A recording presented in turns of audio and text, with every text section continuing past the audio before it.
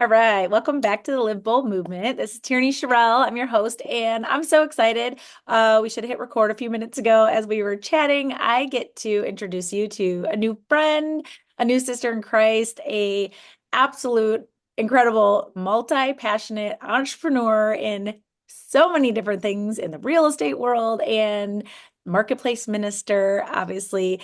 And so I would love for her to get to introduce all the things that she does and is passionate about. So welcome, Christin Kingsbury, to the show. Thank you very much. I'm grateful to be here. It's always fun to. One of my favorite things about all of this is that you and I don't know each other very well. So this will be a really fun conversation to just authentically get to know one another. So thank you so Yes, much for having me. It's an honor. absolutely. Yeah, I know that I say that all the time. Like having a podcast is such a fun way to not only have your friends on and get to talk about, just Yeah. things that are going on and that you're passionate about and that we want to bring out to the world, but then also just to get to know new people and bring them into your sphere and then get to introduce, amazing people like you to my community. So yeah, I would love for you just to give a little bit of background and just your faith journey and your businesses, just all the things and how those come together, because I know that was one of the things we were hitting on right before we hit record. Yeah, absolutely. No, I'll give you the short version, and if you want me to dive deeper, by all Yeah. means, ask me to. But my faith journey, I as a kid, kind of grew up in a situation where my mom was working at a gas station nights making, I think it was like $4 an hour. It was something back then, and it was night times and she's trying to raise babies and we're sharing a single wide in a trailer park for much of my life, and like just things that were hard, right? And as a kid you're super flexible with all things. Like I didn't really even know it was that hard back then. It was fun. And then I had a grandmother that was, I would watch this woman and she would make investments and she was very real estate minded, and she had college funds set up for all of her kids and all of their kids and all of their kids, and she would take us on incredible adventures to countries that people never even get to visit. And so I basically walked through life watching like two different women who had amazing hearts that had different backgrounds, and the results, both of them working super super hard, but the results being vastly different. And so I always took on this curiosity of, wow, like how do I make sure to walk through life and to build financially the way grandma's building it so that I don't have the limitations that mom has. And it just taught me this, it gave me this really interesting perspective of both real estate and money, and but being in a situation where things weren't always safe. There was drugs around, there was abuse around, there was all kinds of stuff like that. Mhm. I had to have God in my life, even as a little kid. And so to walk back to what was my faith journey, to be honest, I don't remember a day that I didn't have God in my life. Like I remember being a kid, and if things were scary, like he was the one that I knew. And my mom was always super faith-based. And so my mom gave me that piece. And I just remember like when life was scary, I always had God behind me. And so I was blessed to go through all the ups and downs and the celebrations and the struggles of life, just always knowing him because she planted him in my life years ago. Had a neighbor that would always actually, she still keeps in touch with me on social media, and when things were rough at home or scary at home or police were at the house, she'd be like, hey, let's go to youth group, and she would put me in her car with her kids and she would take me to youth group. And so like she just adopted me, like get her out of the house when the parents need to do what the parents are doing, and let's get her out of the house. And so she was kind of like my second mom that would take me under her wing and over like bless me with that faith as well. And so she did a ton of that over the years, and I'm forever grateful. But that was kind of why real estate, why does money matter to me, and where did my faith come from in a short version. Yeah.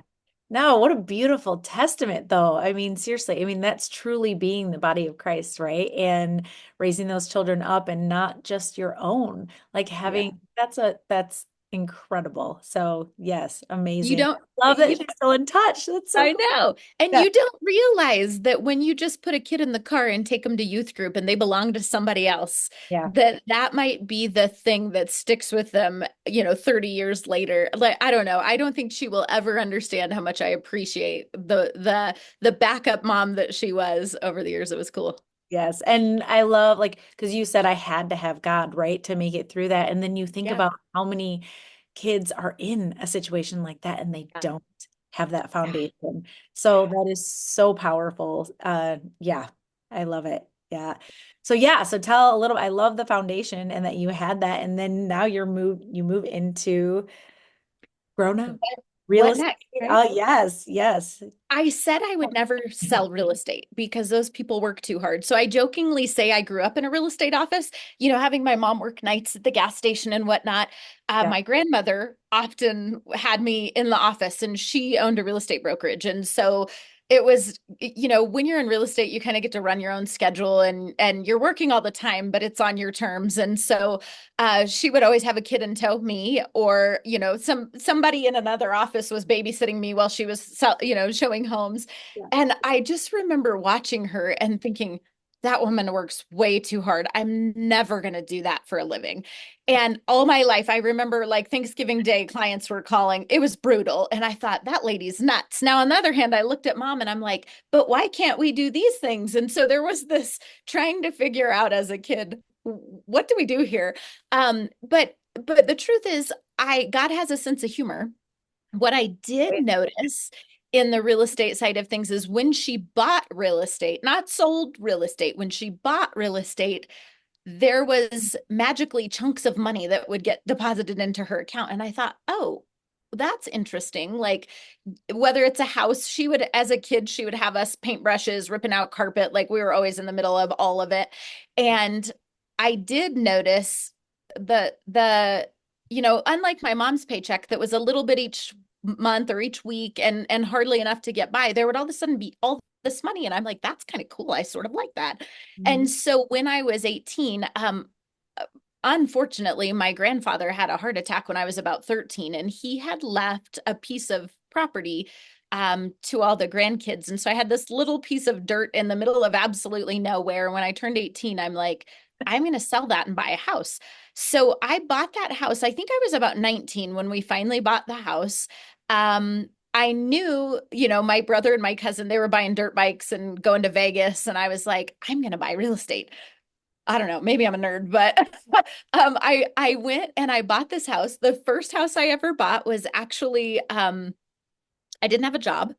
I didn't have enough brains to even know how I was going to pay for it at the time, but I knew that real estate was a good investment because I had seen that happen. So I buy this house. They gave me a loan. I didn't even have a job. I was a college student just starting college. And I thought, well, how am I going to pay the bills? I don't have a job, so I need roommates. So I put roommates into this house and they paid my mortgage for me. And I took that $10,000 that I sold that land for and I made it the down payment on this house, and my roommates paid for my house. I lived there for like 2.5 years, I think, and I sold it and I made $100,000. And I was like, $100,000? I didn't even pay for the mortgage on this place. Like I lived for free. I lived for free for the 2 years. I did have the $10,000 head start up front. So but that was something that people can do. It wasn't like a massive number. I don't even know if it was that much, but it was somewhere like that. Mhm. Um, and I thought to myself, I'm going to college to be a teacher. God has a sense of humor because I never went to school. I ditched every chance I got. Um, don't tell my kids. And I ended up with an education degree because I had moved into this house and they said, well, the only two degrees we offer here in Lake Havasu are teaching or nursing. Which do you want to finish your degree in? And I'm like, Oh, I guess I'm going to be a I like teacher. either. Not So enough. yeah, so I ended up with a teaching degree.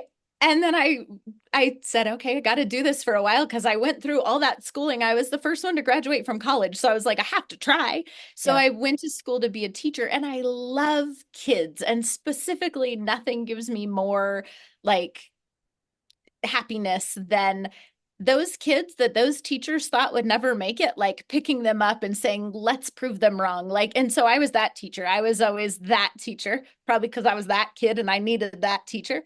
But so I had that teaching degree. We ended up moving. I did the teaching thing for a little while, and I was like, these people don't make any money. I was making $19,000 a year. I sold the house for 100,000, but the whole year of all the hours, I was making 19,000. Oh my So God. you can see really quickly where my brain went with like, hey, let's use the real estate background instead of the teaching background. Yep. Ironically, I was hired on after my first year of real estate. I was stubborn enough to succeed, and I was hired on by a recruiter that was like, "Hey, you did well your first year. Like, come over and teach my agents how to do that." So I ended up teaching adults. See, I tell you, God has a sense of humor. He works it all in there. Yes, I Yeah, love it. he connected all the dots when I was like, what are you doing? So anyway, for years now, for like 14 years, I have taught real estate agents how to build businesses. I have run a real estate team. I have my hands in a handful of different businesses that are real estate related. And fast forward to now. That's my life in the short version. Oh my goodness, I love it. And I love to, so I got the privilege of hearing you speak at an event and talking about, biblical finances and that mindset of abundance that so many people like for you, I feel like it comes, and especially with that, like that entrepreneurial spirit, like I feel kindred spirits, where it's just like that growth mindset and that abundance just comes naturally, and it just doesn't to everyone. And when you realize that and you start, looking around, you're like, oh, and so I would love for you just to share a little bit about that and how you've been able to, because I don't think you really had to make the shift, right? It came naturally to you, No, but you're I'm helping. actually just connecting this because I never thought of this before, but as you're saying it, I'm like, I do always have a mindset of abundance, but I'll tell you what, when you share a room in a single wide trailer in a ghetto, you like and you're fine and it's Yeah. great and you have friends and you're having fun, you realize like nothing is that bad, right? Like this abundance and all these things that we are blessed with are Mhm. just icing on the cake. Like you could put me back in a single wide trailer and I'd be perfectly fine. I got no problem. Yeah. But as you're saying this, um I'm realizing like maybe that's where that came from is like we didn't really have anything. And guess what? Everything was great and fine. It was hard, but there was, God was still there. He was still showing up. He was still providing everything that we needed. So just because we have things now doesn't change, so I think maybe going back to the fact that there was a point in time when I realized we didn't have much and it was still fine. Maybe I don't have a scarcity mindset. Maybe I don't have a fear of losing all the things because it it'll be okay. It was okay then, Maybe that's where it comes from. I don't know. Yeah. Well, it's that peace that transcends all understanding, right? That Yeah. like you learn to be content with little or with much, but you also realize that, as this grows and God has blessed with more financial and business and all that, that then you have this responsibility to Yes. steward it in a Yes. kingdom way. So I would love for you to share because that's been a huge, just shift in so many people in my family, my life, my, stepping into entrepreneurship, Yeah. both of us at the same time. I don't recommend it, but you know Yeah, what? that's scary. Yeah, good job. I mean, way to just have courage and have faith, right? Yeah.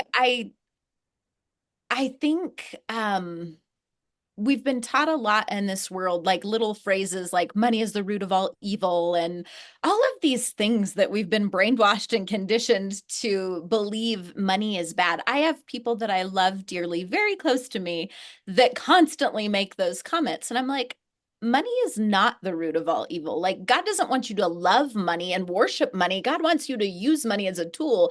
Money is actually really awesome when you go bless people with it. And when you go, like, the fact that I can put a roof over somebody's head and keep a kid out of a homeless situation because I've worked hard and I have money, like there is no greater, that is just awesome.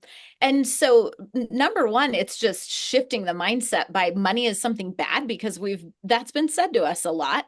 Oh yeah. Um, And there's been lots of evidence, right? That's been shown to see, look at all the celebrities, look at all this stuff. And it's like, look at so many wonderful people that bless and bless and bless and are awesome stewards of the money that God gives them. So money isn't evil. Money just exposes who you really were, right? It just exposes you. And 100%. so if you were already good at your core, then you're going to go do lots of good things with money. If you were already bad at your core, you're probably going to do bad. Like money's a tool. Money is leverage, but it's not good or bad. It's neither. It's just a tool. Yeah. And so, there is a huge responsibility because as you build wealth, there's an easy tendency to want to upgrade your lifestyle. And I think becoming a student of wealth and studying some of the good wealthy people who really steward the money well, you'll see that most of my favorite wealthy people still drive the same car that they drove for the last 10 years. Yeah. They still live in the same house. They didn't upgrade their lifestyle. They Yeah. actually find joy in giving their money to people and helping fund businesses and things like that. Mhm. One of the things that has always, my grandmother taught me. I don't even know if she knows she taught me this, but when I watched her, one of the themes that she was always working from is like, don't buy something unless you can make it pay for itself. So literally, I started thinking, I can have anything that I want in life if I can just make it pay for itself. And so I started looking at things from that filter, and and just as I started like I don't even remember where I was headed with that, but um if I could make things pay for themselves, then I could have it. And so if I would find somebody, I have a gal in my life that I just adore. And I am like, one of the things I want to help her with is buy a house because she's not in a role where she makes enough money to put a roof over the heads of her and her children. And she's living with parents and she's a fantastic woman. She has blessed me in so many ways in my life. And I'm like, I want a house for her, but I've got to find a way to make it pay for itself. And like, I literally can walk around and bless all these people if I can just find ways to make it pay for itself. I would go to conferences and I would see people doing the hands, like being the hands and feet of God and just blessing the heck out of people. And I would listen and over again, like there were teams of people going to talk to high schools to prevent suicide. There was people, out there teaching about overdoses and drug abuse. And there was people out, huge hearts, amazing people.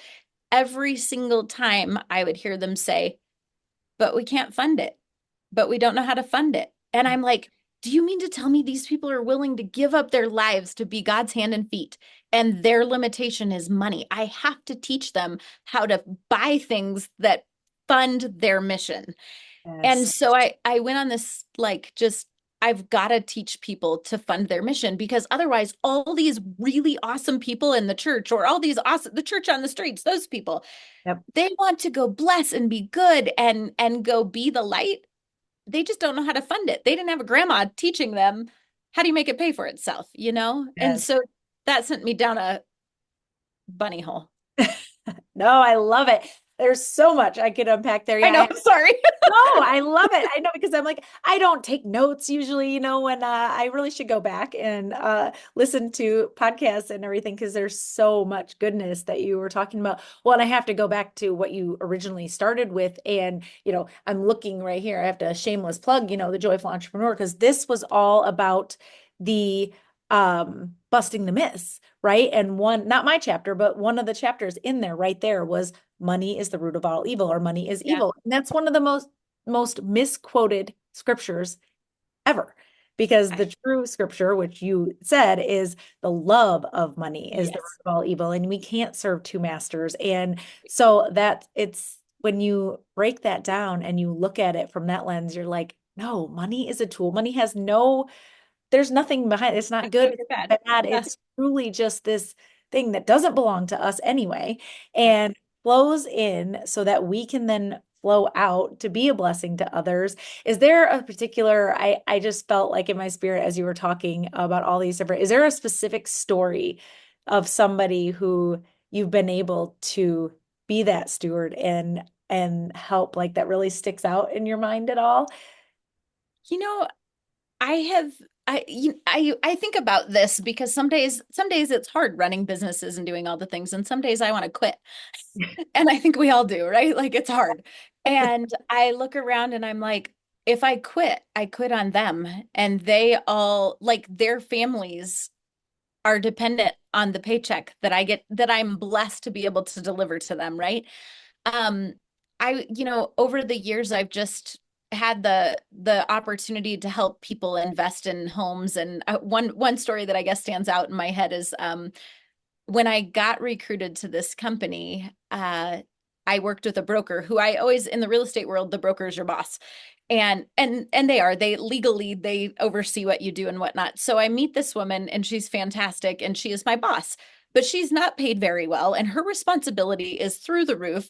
And I can see the stress on her. And we had at that time like 350 agents writing crazy contracts, and she's got all this stress and she's not making very much money. And I think to myself, ooh, like I would hate to have her job. And I would talk to her often about like, why don't you just come do what we do? Why don't you just come sell? And then you don't have to go, the liability of all these agents and all the pressure. And it was, well, I don't have the money. I don't have any other source of income but my own. Mhm. And I'll never forget one day I called her and I'm like, hey, I got an idea. Will you hear me out and will you trust me? And half of this comes with building rapport enough that people will trust you to Mhm. let you lead them.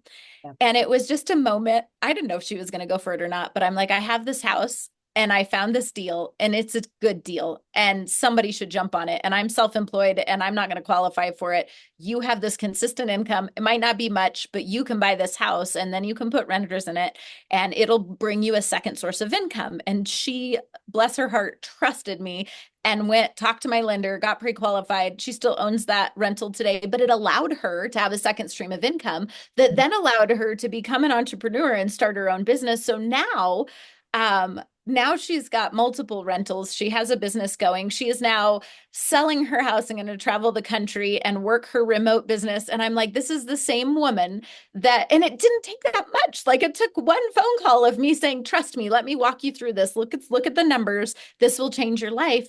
And it wasn't like $10,000 a month in free income or anything like that. Like, but it was giving her the courage to do it again. So then she did it again. And that one, I'm pretty like that one is close to my heart because she's a dear friend of mine. And it took a lot of faith on her to say, okay, I'll trust you. And she did it. And it's pretty cool to see years later that she's not stuck in this wheel that she was stuck in before, just showing up to the job and miserable at it.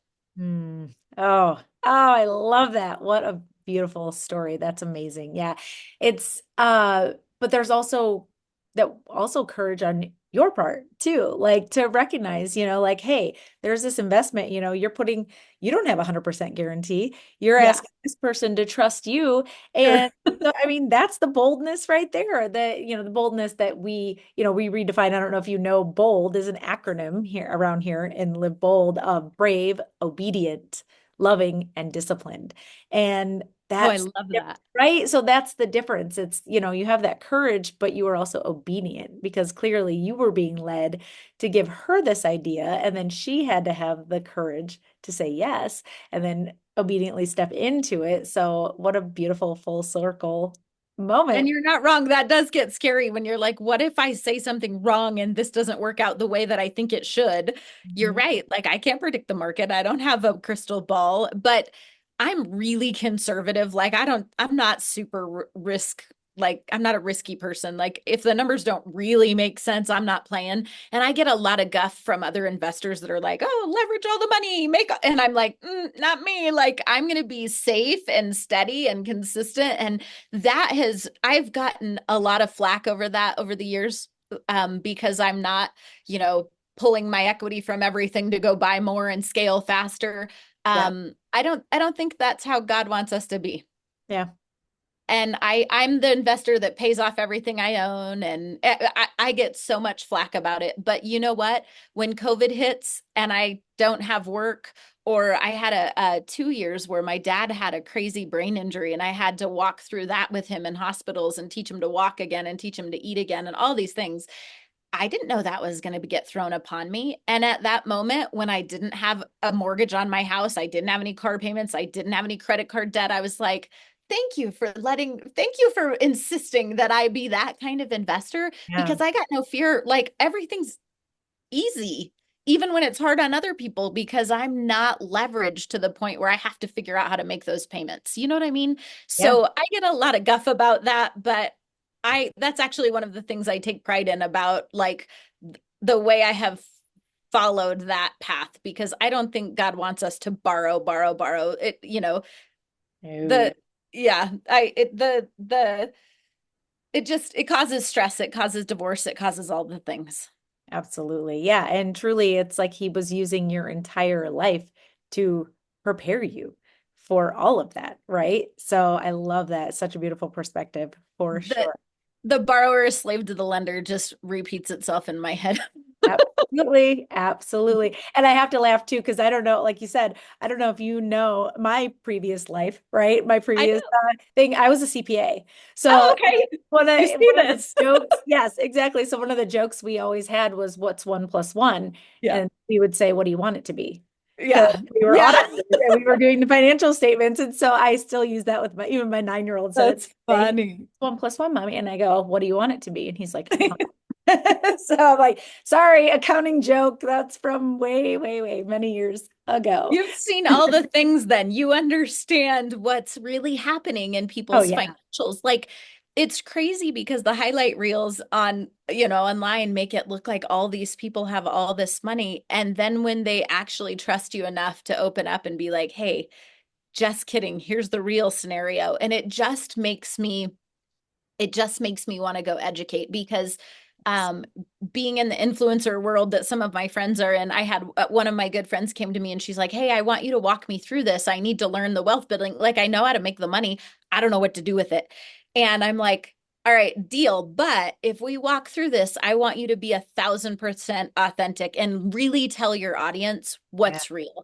because they're getting so much fake out there online. Mhm. And it's hard for people to make decisions for themselves if they don't even know what reality really looks like. And I don't know. I think it's super important for people out there with influence like that to really be authentic about what's really going on with money because Yeah. that's how you lead people, that's how they connect with you. And they're like, oh my gosh, she understands me. Oh, 100%. That's one of the biggest things is kind of like a theme over these past couple years of, like building is sharing from the messy middle. And, Yeah. just talking about the hard, I mean, yeah, especially at the live events that we've had, I mean, we laid stuff out there. And every single mentor that I worked with previously, that like I came in to their world when they were at a certain point. And every single one of them said, I wish I would have shared more when I Yeah. was messy middle. So it Yeah. just that encouragement for anybody who is in that and you are in that space, like talk about it. People Yeah. relate to that. They relate Yeah. to vulnerability. They relate to the messy middle and the challenges and everything. And then we also get to then grow together and move toward that. So, That's where the impact is made. I feel like when you stand on a stage and you inspire, that's different than when you walk with them and you share the real struggles. That's where impact is made, is where you're walking hand in hand, you're sharing the ups and the downs. Not like the stage is meant for inspiring them, but the actual the transformation happens in the trenches with them. You know what I mean? yes, 100%. Absolutely. And then what just popped in my mind too, well, I want to make sure you can tell everybody how they can connect with you and, learn and grow with you, all the things. But is there also a book coming out that we There need to discuss? there is there Are is we a book allowed to coming talk out. about it yet? I don't Yeah, know. yeah, yeah, yeah. No, no, no. There is a book coming out. I just learned it's coming out the end of April, so I'm excited about Oh, that. yeah, soon. Coming soon. Yeah, Financial Literacy Month. So Yeah. it's coming soon, end of April. It honestly, during COVID, my grandmother is an adventurer and I had never known her to ever sit still. So when COVID happened and she was like 94, no, 94, 95, I Wow. was like, oh no, this is going to be like, this might very well, she might not make it through this because she was the woman who, if there was 2 weeks on her calendar when she was at home, you were like, are you okay? She was when she was 96, she went to India for 12 weeks with my cousin, and now she is 98. Gosh, she might have even been 97 when she went to India. She's now 98. And at that time for COVID, I'm like, I have to give her a purpose. I have to give her something to do. Hmm. And we didn't know if we were going to be locked down for a long time. So I started trying to creatively think about how was I going to distract myself from what was going on, and how was I also going to distract her and give her a purpose. And I said, let's write a book about all the things you taught me. And she said, what did I teach you? And anyway, we went through kind of the story that we just discussed, and we started writing these chapters and talking about things that she had learned and things that I knew. And I didn't really think it was going to go into a book. It was really just a project to distract her. And it turned into, hey, you should share this with people. And so anyway, it comes out in April, and we've put together everything from mindset to how to make things pay for themselves, and how to, just get more out of what you're already doing, produce more income out of the things you're already doing, instead of having too many irons in the fire and being in too many places and just distracted. We were just having that conversation. Yes. Uh, but anyway, yeah, it comes out in April, and I'm sure we'll be posting it all over the place. But KristenKingsbury.com gets you to my link tree, which has all kinds of little different things, old podcasts and stuff like that you can find me on. But we will put a link also that where you can find the book. I do need a book launch crew because I'm learning all this book publishing stuff. So I'm going to be reaching Yes. out saying, help, I don't know what to do. But anyway, that'll be coming up in April, and it'll be exciting. I hope it blesses people. I hope God works through it and just like touches all the people that need to be touched with it. Oh, well, it's even better than I thought now that I know it's with you and Sorry. your grandmother. Like Yeah, that is it's all her words in there. that Yeah. is so awesome. Oh my gosh. Well, we will Fun. absolutely, yes. Oh, hopefully by the time this comes out, we will be able to put that link to join your book launch team because Yeah, that'd I be fun. know, That'd be thank you. Oh, timeout editing. My computer is gone. fun. Oh So God. I am like texting. That's why I was like texting my husband in Oh, between. that's funny. As you were talking, I'm like, bring up my charger. Oh, that's funny. I'm gonna get cut off. All right, we're safe. That's what podcast editing is for. That's But funny. real life, right?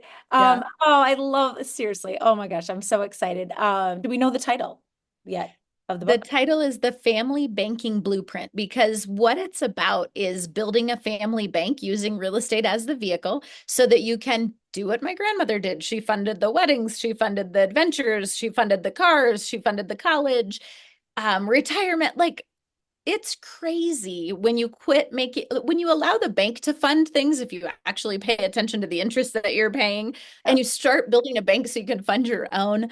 It can really be a massive blessing and really touch generations. So it's the family banking blueprint, and it's all about building the bank so you can fund your own life and build life on your terms. Yeah.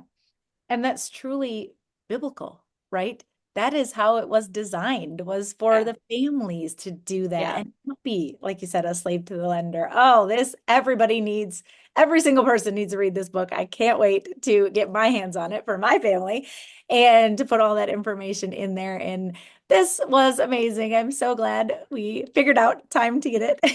Thank you for your grace. 100% always. So yeah, and then I just love we'll put all your show link or all those links in the show notes Cool. with all of that. And then I just love to ask everybody at the end of the show is just what does living bold mean to you?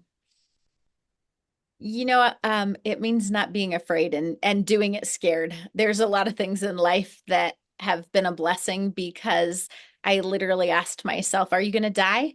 Like, are you going to be okay? What's the worst thing that could happen? Just do it scared. And one of those things was buying I own a trailer park here in the Prescott area that I didn't think I could buy. I didn't even have the money to buy when I bought it, but I thought, well, ask the lady and see, like, what's the worst thing that could happen? You could lose the listing. And what's the best thing that could happen? It could change your family's life. And so that I jokingly drive my kids by and I'm like, there's your college fund. There's your retirement fund. There's your, and it just is a matter of, I was scared to death, but just do it scared. Yeah, absolutely. And bringing your family along for the ride, right? Too, including everybody. I love that so much. Well, this has been an absolute blessing. I can't wait to get this out to the Live Bold community and to just get this book that is coming into everybody's hands. It's going to be huge impact for I'm sure. doing it scared. I'm doing it scared. Yes. Like, I have no idea what God's going to do with this. I literally didn't intend to write a book, but here it is, and we'll see what he does with it. And I'm just going to do it scared, whatever that is. Amen. All right. Thank you so much for being here. Yes, my pleasure.